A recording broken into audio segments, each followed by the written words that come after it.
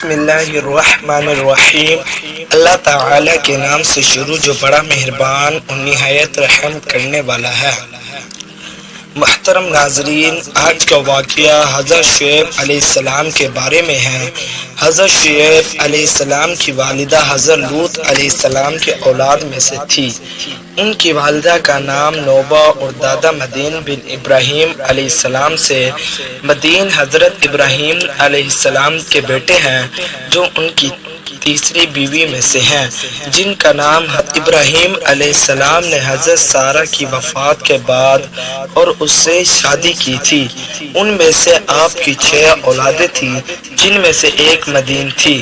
مدین ایک آبادی ہے جو مدین بن ابراہیم علیہ السلام کے نام سے مشہور ہے۔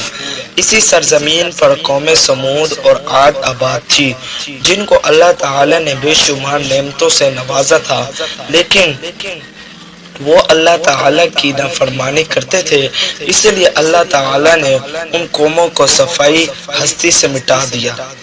اہل مدین سرزمین حجاز کے پہلو میں شام کے حدود کے اندر آباد تھے۔ وہ تجارت پیشہ لوگ تھے اور بڑے شہرت سے زندگی گزار رہے تھے، لیکن وہ خدائے واحد سے نہیں مانتے تھے اور بتوں کی پوجا کرتے تھے۔ بت پرستی کے علاوہ بھی ان میں اور بہت سی برائیاں پائی جاتی تھی، چنانچہ ان کے معاشرے میں گناہ اور بدکاری کا دور تھا۔ وہ ناپ تول میں کمی کرنے اور دوسروں کو دھوکہ دینے کو اپنے لیے باعث فخر سمجھتے اور ان برائیوں کو اپنی طاقت اور ہوشیاری کی دلیل دیتے۔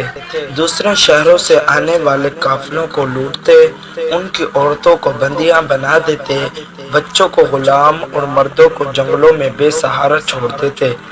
ان حالات میں اللہ تعالی نے ان لوگوں کی رہنمائی کے لیے حضرت شعیب علیہ السلام کو اپنا پیغمبر بنا کر بھیجا۔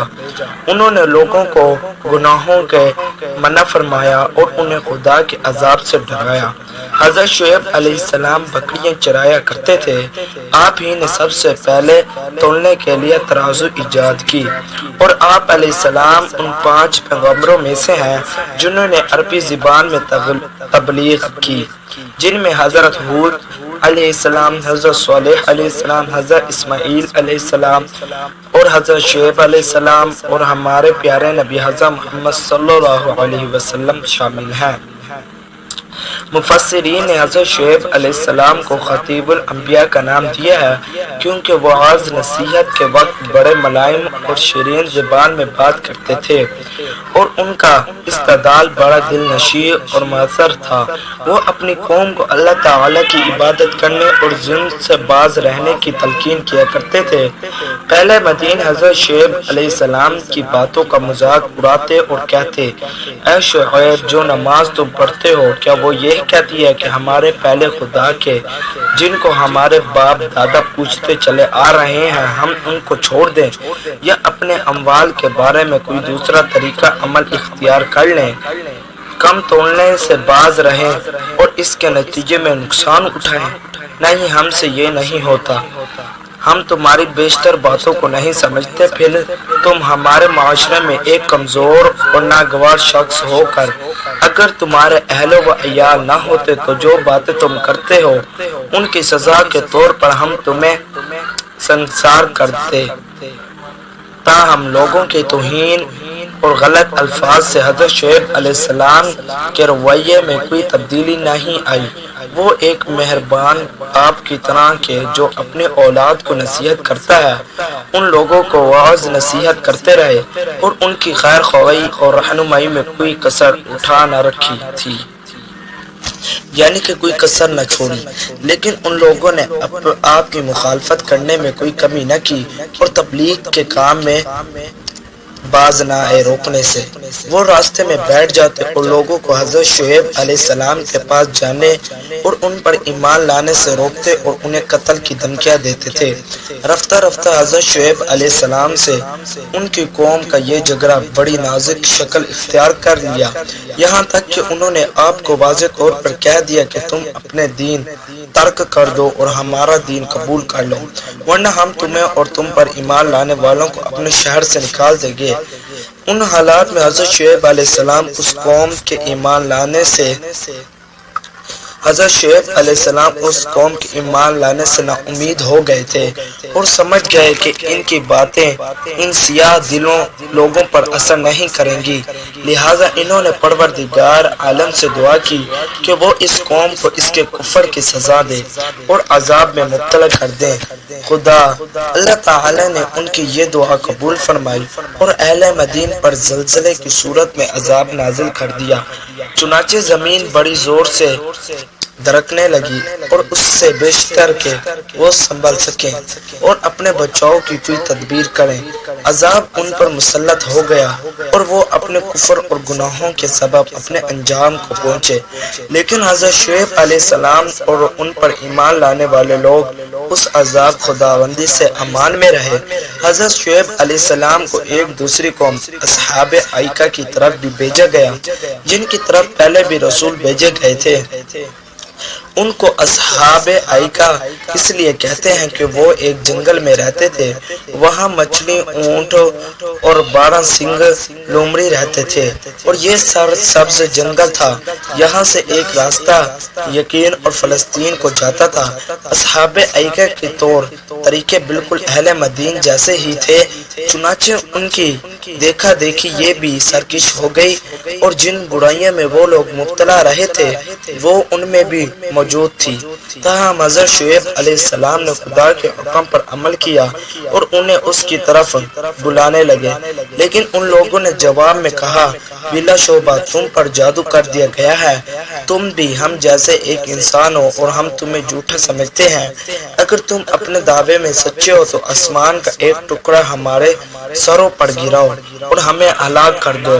حضرت شعیب علیہ السلام نے ان لوگوں کی بہتری کے لیے جتنی کوشش کی وہ بیکار ہو گئی، حتیٰ کہ ان میں سے ایک شخص بھی ان پر ایمان نہیں لایا۔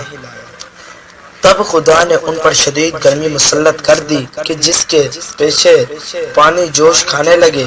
ان لوگوں نے 7 دن سخت تکلیف میں گزارے۔